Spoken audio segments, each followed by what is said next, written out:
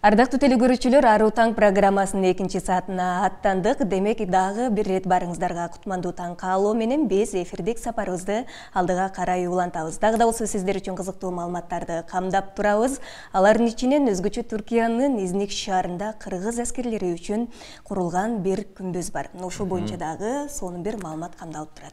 Ага чейин болсо мен ушул күмбөз боюнча урматтуу телекөрүүчүлөрүбүзгө бир чакан маалымат катары айткым келип турат. 11-кылымдын соңунда Изник шаарынын жеңип алынышы жана Аналуттуу Селчук мамлекеттик борборунун түптөлүшүнө салым кошкон кыргыздардын урматына Султан Орхон Казы тарабынан атайын кыргыздар үчүн күмбөз курулган. Мына ушул күмбөзгө биздин кесиптештерибиз барып, чакан сиздер үчүн зыярат кылып, ошол менен катар сонун бир маалыматты камдап келишкен экен. Анда келиңиздер, барыбыз дал ушул маалыматтар кандай болду, кандай кызыктарга ээ, анда кененирээк таанышалы.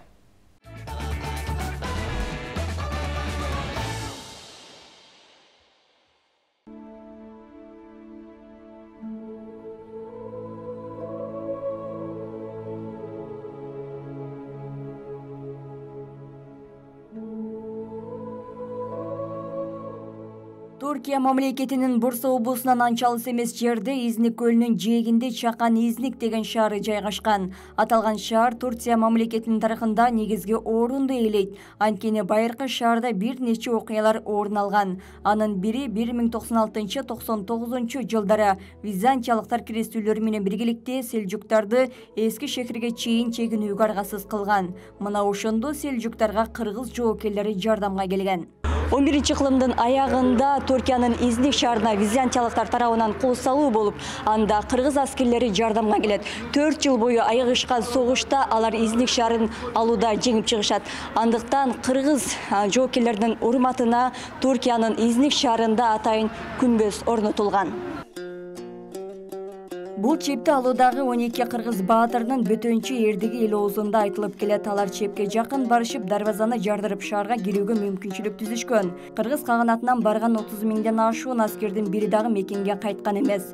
1331 Орхан Гази шаарды караткан соң кыргыз баатырларына арнап кулуудон күмбөз курдурган.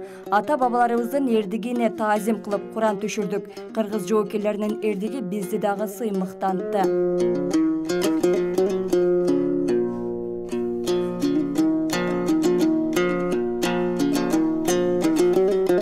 Алар мусулман бир туугандарына жардам берүү үчүн казатка аттанганын тарых барактарында жазып калтырышкан. 2008 жылдын март айында Изник шаарынын жергиликтүү өкмөтү тарабынан ал жерде кайра калууна келтирүү иштери жүргүзүлгөн. Белгилей кетсек, бул күмбөзгө жергиликтүү эл Куран окуп, сыйынууга абдан көп келип турушат.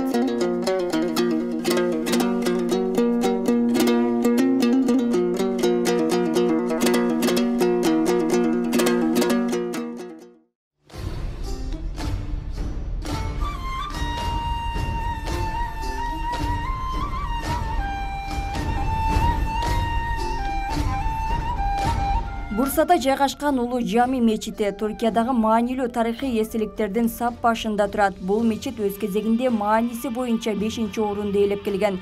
Улуу Жами Осман империясындагы алгачкы чоң мечиттердин катарында. Анын дээрлик 600 жылдык тарыхы бар. Бул мечит Бурса шаарындагы эң байыркы мечиттердин бири болуп сакталып калган. 14-кылымдын аягында курулган. Ошол кылымдан бери бир канча жолу кыйроолор, өрт кырсыктары жана жер титирөөлөргө туруштук берип келет. Бул жерде ичинде бир канча жолу жасалгаланган, араб стилинде жасалгаланганы айтылды. Ал эми сыртындагы таштар табигый таштан курулгандыктан азыркыга чейин эскирбей сакталып турат. Улуу Жами 1396-99 жылдары курулуп бүткөн. Осмон доорунун 4-султаны Баязит Йылдырым Никполуда крестүүлөр менен болгон салгылашта жеңишке жеткен соң Кудайга ыраазычылыгын билдирүү ниетинде 20 мечит курууну чечет.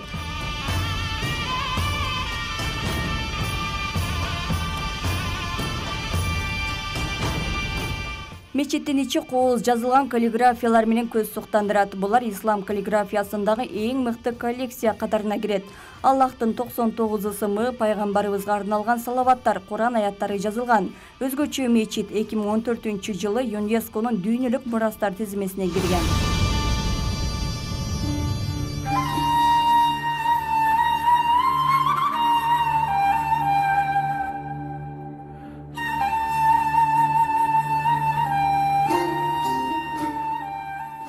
Мечитте дарат алуу үчүн мрамордон жасалган фонтан орун алган. Уламышка ылайык мечит салынган жердин бир бөлүгүндө аялдын үйү болгон.